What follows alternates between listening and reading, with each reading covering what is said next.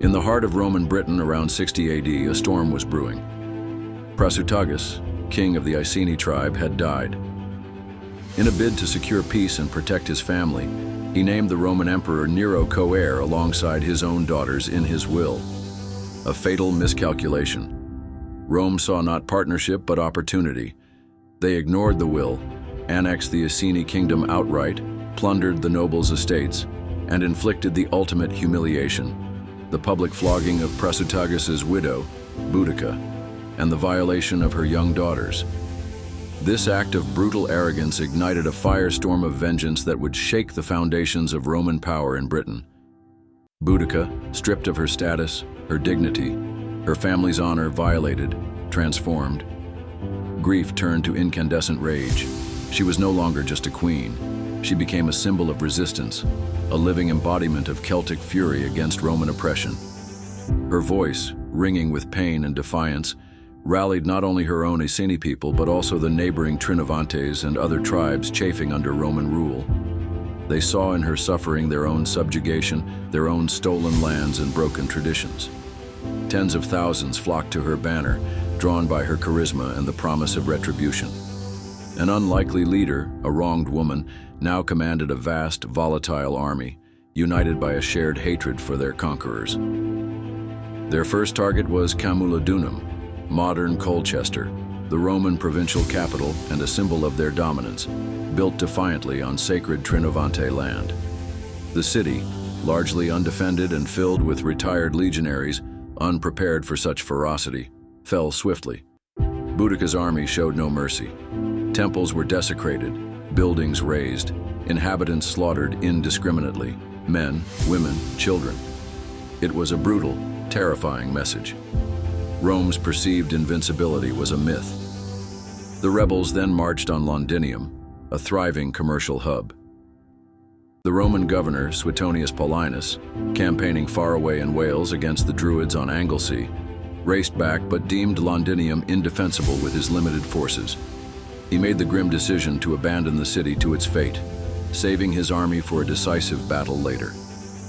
Londinium suffered the same horrific end as Camulodunum, consumed by fire and massacre.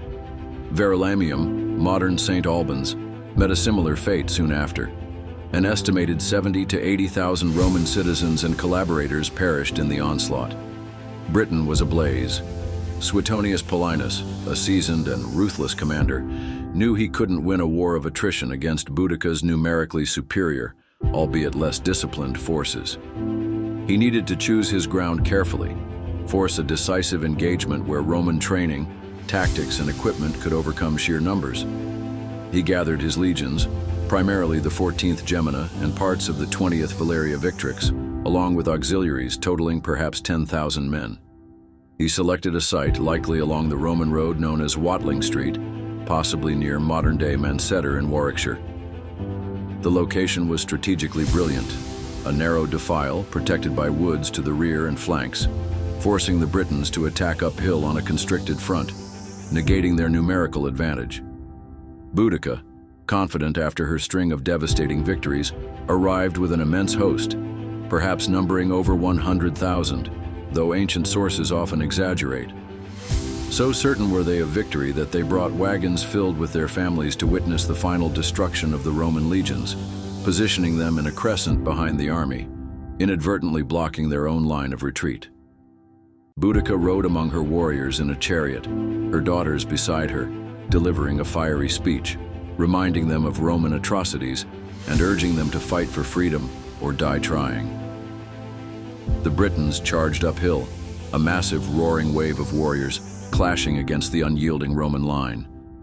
The narrow front compressed their attack, turning their numbers into a disadvantage. The Romans held firm, their disciplined ranks absorbing the initial shock. They unleashed volleys of pila, heavy-throwing javelins designed to pierce shields and disrupt formations. Then, forming their classic wedge formations, the legionaries advanced methodically, their short gladius swords stabbing relentlessly from behind the wall of shields. The auxiliaries attacked from the flanks. Hemmed in by the terrain and their own baggage train, the Britons had nowhere to run.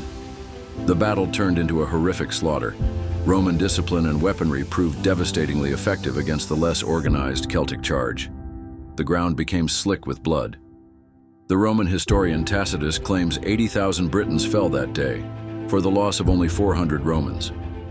While likely an exaggeration, the defeat was undeniably catastrophic for the Britons. Boudica survived the battle, but her army was shattered, her rebellion crushed. Facing capture and the inevitable humiliation Rome would inflict, she chose her own end, likely taking poison. The dream of a free Britain died with her. Suetonius Paulinus unleashed brutal reprisals across the rebellious territories, further devastating the land.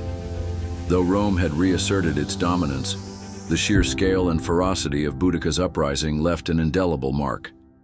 It served as a stark warning about the cost of Roman arrogance and the enduring power of resistance against overwhelming odds. Her name echoes through history, a warrior queen who dared to defy an empire. Subscribe